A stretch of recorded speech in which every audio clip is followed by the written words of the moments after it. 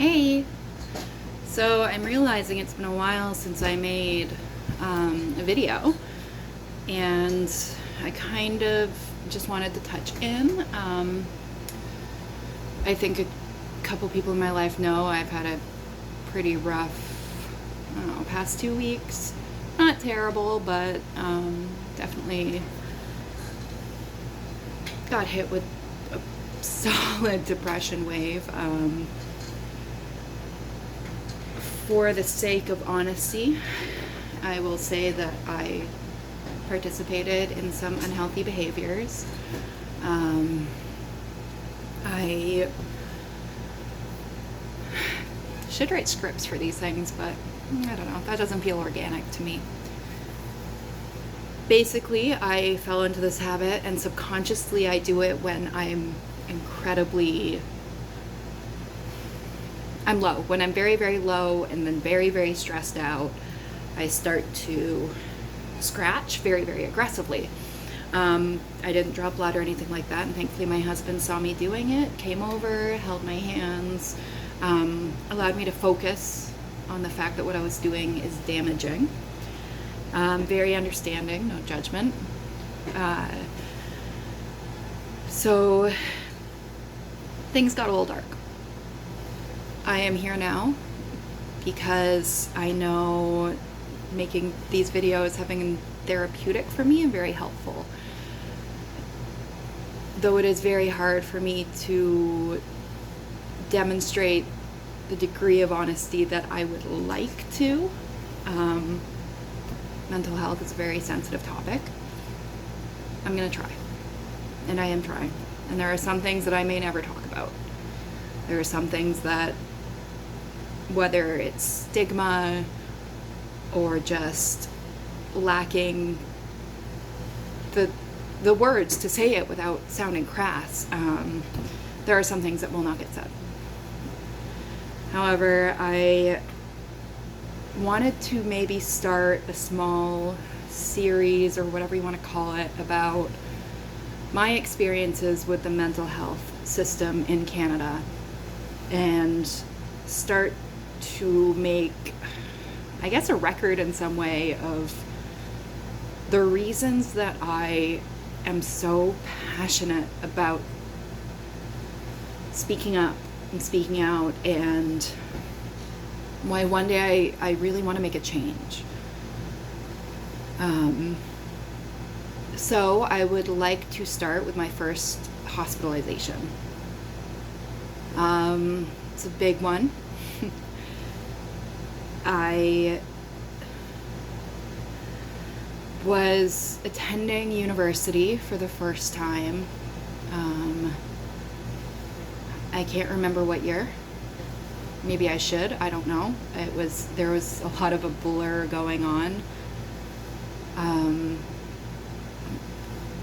I remember the house I was living. It must have been fourth year, or the extra semester I took after fourth year. I had my dog Tess living with me. It plays into this a little bit later. And anyway, I had been feeling very down for a very long time. I had medications in the house, but I don't think I was taking them regularly.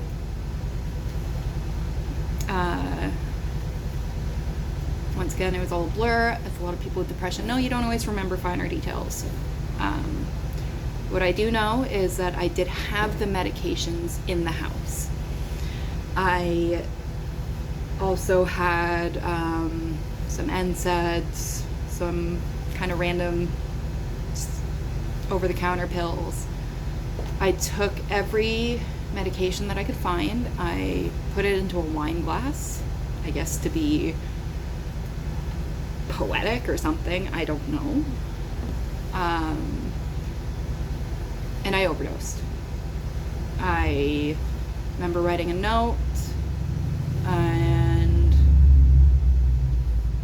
not long after, I called 911. Did I call 911? No, I called a helpline, one of the crisis lines, and said what I had done, and from what I remember, I got scared. I got really scared. And it was that person that called 911 for me. When I left the apartment, the house, shared house, I remember feeling very embarrassed. The EMS, I feel very neutral towards them, mainly because I don't remember. I don't remember what they did, what they said. I couldn't tell you if they were holding my hand, telling me it's all going to be okay. I can't remember. I know my assumption was that I was a burden, that me calling an ambulance or getting someone to call an ambulance, whatever, was the worst thing ever. My brain thinking, maybe there's someone having a heart attack, and this ambulance is now being used for me because I was dramatic, which, by the way, is, now that I am older and I've matured, no, I needed that ambulance. I needed it. I needed an intervention. I needed someone to make sure I was safe. I needed it. Flash forward to what I remember next, which was me carted in through the ambulance bay.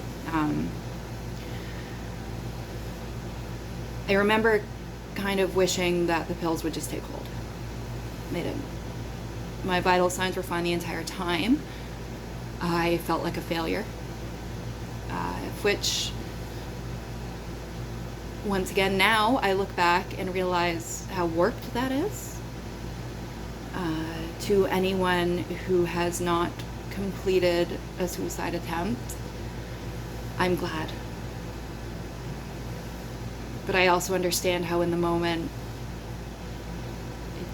things don't feel glad. I remember laying in a hospital bed and being told to chug this big thing of activated charcoal. And at first I wasn't going to.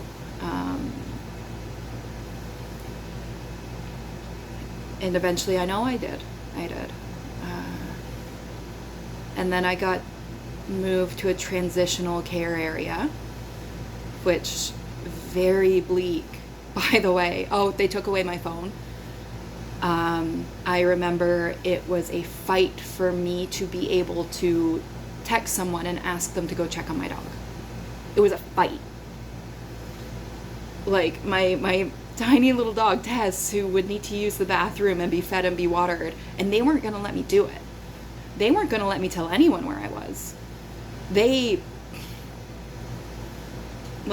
they would have called my emergency contact. I mean, yes, they would have. But they weren't going to let me. They took away all control. And I'm sure that's procedure. It was no ill will. But all it did for me was make me feel even less in control. I had no autonomy. Of course, in transitional care, that meant a 72-hour. It was an extension of a 72-hour hold, if I remember correctly. And I remember within about a day, getting very constipated. Well, would have taken longer than a day, but anyway. I remember I started, okay, this is going to be a TMI for people who are not cool with bodily fluids. Y'all going to want to take maybe like a minute to just not listen. I was leaking black gunk out of my butt, into my clothes. They gave me adult briefs at one point, and I kept asking for more because I would like to not leak into my pants, as my dignity was already gone. And at one point being given a lecture on one of the people who was there, saying, these are really expensive. So my choice was leak into my pants, feel guilty for using something so expensive, or stand in the shower all day. I don't know. I was given some magazines. My choices were the New Yorker or some fashion magazine. Other than that, I had to just sit in that room, that four-walled room, locked in.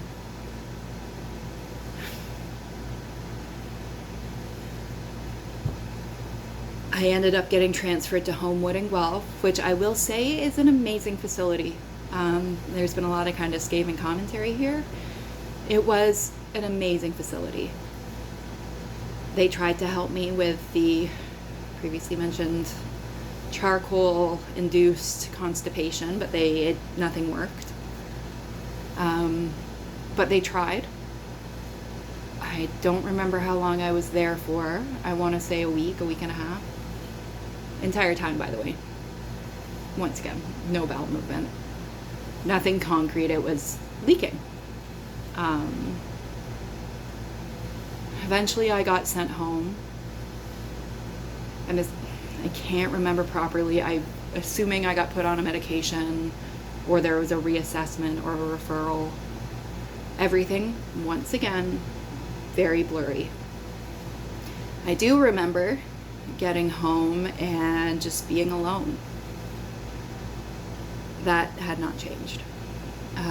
Don't get me wrong, I had supports who were there, who wanted to help, but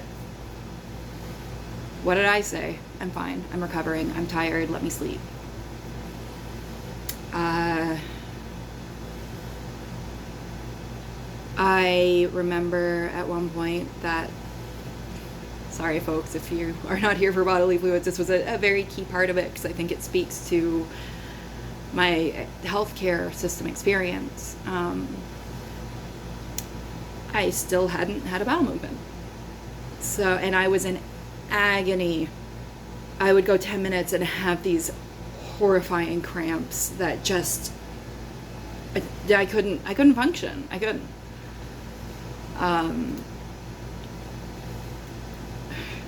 They were so painful. So I ended up getting myself to the emergency room because I didn't know what else to do. Asking for help, I explained the situation. They did I wouldn't say x-ray, but once again, they scanned and they basically said, oh yeah, your bowels are impacted. You just need to go home and relax and use the bathroom. I was in agony. They didn't suggest an enema. They didn't try another suppository, which Homewood, thank you, had tried. Hadn't worked.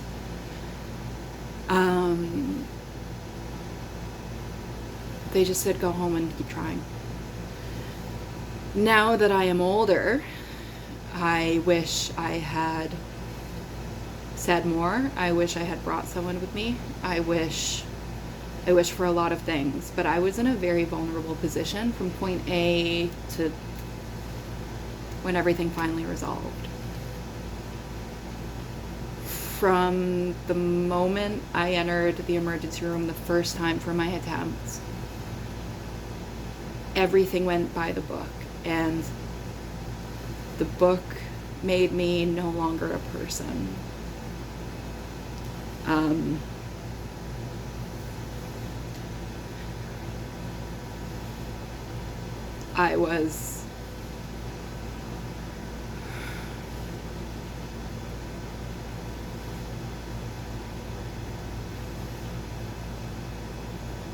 I had felt a lack of control in my life before I went. And for them to take it away from me further,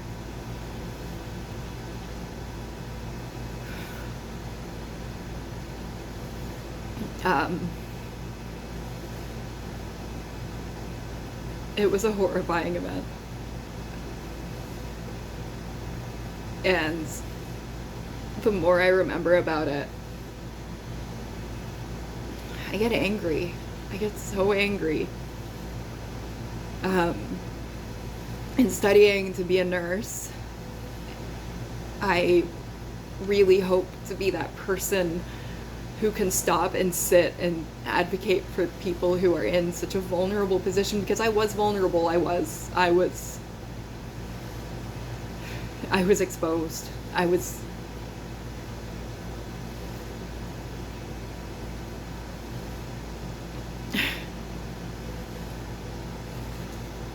Another aspect of it was, I remember where I worked, once I was in Homewood and had my phone back, texting me asking when I was going to be in, and I lied.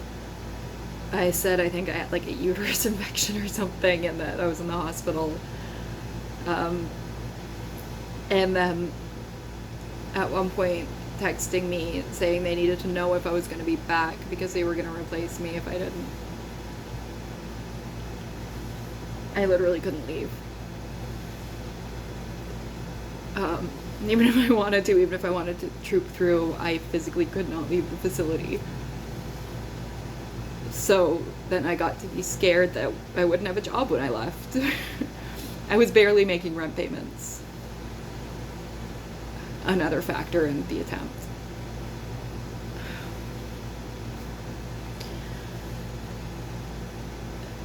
When I left, when I did get home,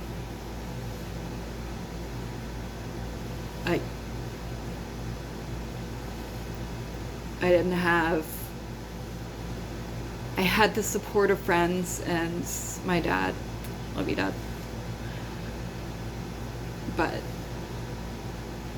there was no fixing the 2 odd weeks of work I missed. There was no fixing the fact that I still have problems because of the way that 2-week constipation was handled. I don't know if I'm ever not gonna have them, those problems.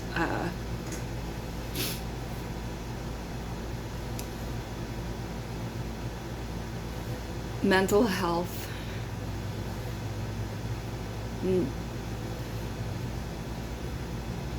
I will advocate for it. I will advocate for no one that I know, not no one that I know, but I will advocate for a day where no one that I know, no one suffering from any of those issues, that there will be a day where they're treated just like someone who's broken a leg. God, those last couple words made very little sense. I'm getting all emotional. I hope that one day mental health topics are not taboo, that we can say these things, that we can talk about them, that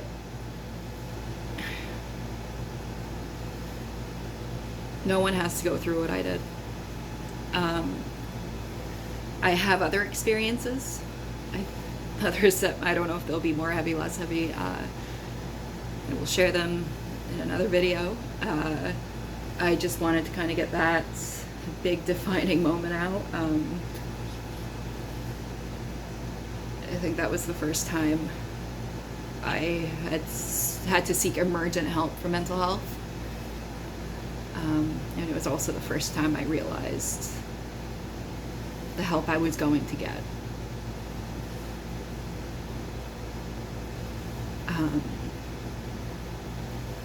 Was not what it should be. Whew. Anyway, before I start bawling and becoming more incomprehensible, I am going to say I wish anyone who sees this good health. Please know that you're not alone. Check in on your friends, and